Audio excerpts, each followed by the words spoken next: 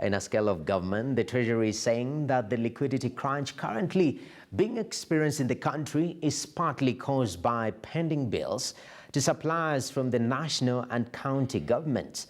It has vowed to ensure that all these bills are paid. Here's more.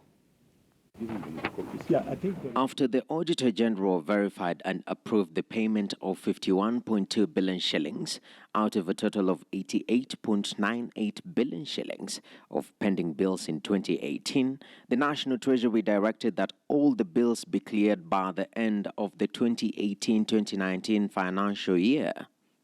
Towards this end, National Treasury released 65 billion to county governments by 30th June 2019. With understanding that this will be used to settle all pending bills incurred that financial year and even before. Further, in the current financial year 2019-2020, the National Treasury has to date released the full amounts of equitable share of revenue due to counties for the period ending 31st October 2019.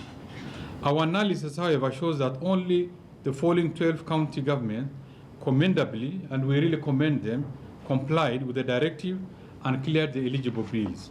The 12 that fully complied included Homa Bay, Kajiado, and Laikipia, amongst others.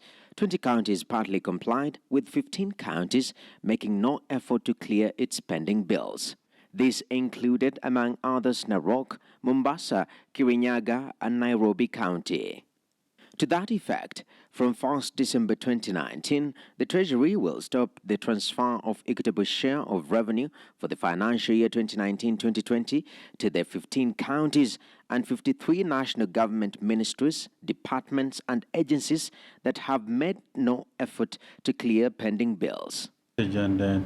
Overall, the outstanding pending bill as of October 31st, 2019 add up to 137 billion shillings. The amount owed to suppliers, also by national government, is in astronomical amount. And we have to do everything within our means to release this money, both from the county government and also from the national government, so that the common man, the private sector, that is really the engine of growth, that makes a difference at the rural economy by through creation of employment, provision of services, continue to play their role as expected. These Treasury hopes will bring money back into circulation and reduce liquidity shortage in the country. Noakip Kimboy, KTN Business. All right, there you have it. Matters pending bills. Cutting, equitable share distribution to these 15 counties, which are notorious for not paying their pending bills. What is the reactions? What is the repercussion of this? I think it's a good thing to apply pressure on the counties to pay and to find out why they're not paying. I don't think by threatening them that you won't give them future revenue. I don't think that's the best strategy. I think they have to look at the structural problems that counties have. And the biggest one is counties don't know how to raise their own revenue. So they need to create legislation, really support counties in being able to have their what is called the own source revenue.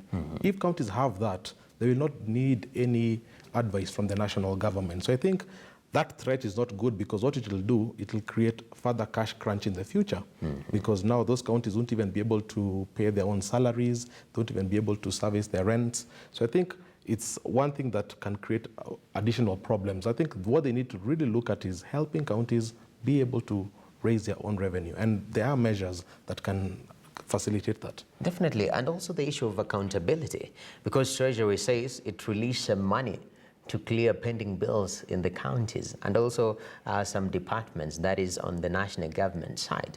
But nothing has been done to some extent for some counties and some departments. What does this show about how we run our nation? Well, to be fair to the counties, counties are autonomous in the sense that they have their own county assemblies and they have their own priorities. So what the National Treasury should be asking these counties is to explain how the funds are being used. But they cannot really lecture counties on how to spend the funds, because maybe they might find there are other areas that are more urgent, for example.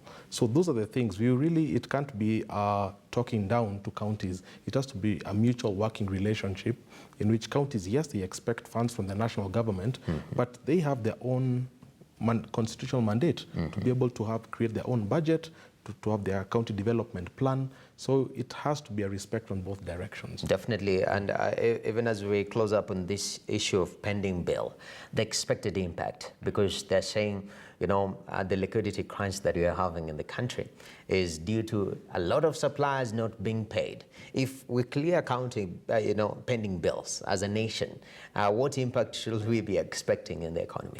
Obviously, you see a ripple effect. I think it's about 300 billion shillings owed by the national government and about 100 billion owned by the county governments. So that's almost 400 billion shillings with the multiplier effect. That would be very good. Another thing is, at least the banks, we've removed the interest rate cap. Now we are seeing banks starting to lend. So I think we should be able to see, as we approach 2020, a bit more vibrant, vibrant in the economy. But we are not yet out of the woods. A lot of businesses are still really suffering from cash shortages.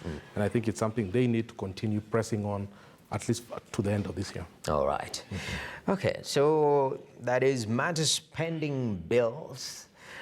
Now, moving on swiftly into the banking sector, you've already touched on, the interest rate caps being done away with and lending more and also investing more. Going beyond the borders, Equity Group has entered into a share purchase agreement to buy 66.53% of shares in Bancaire Commerciale du Congo.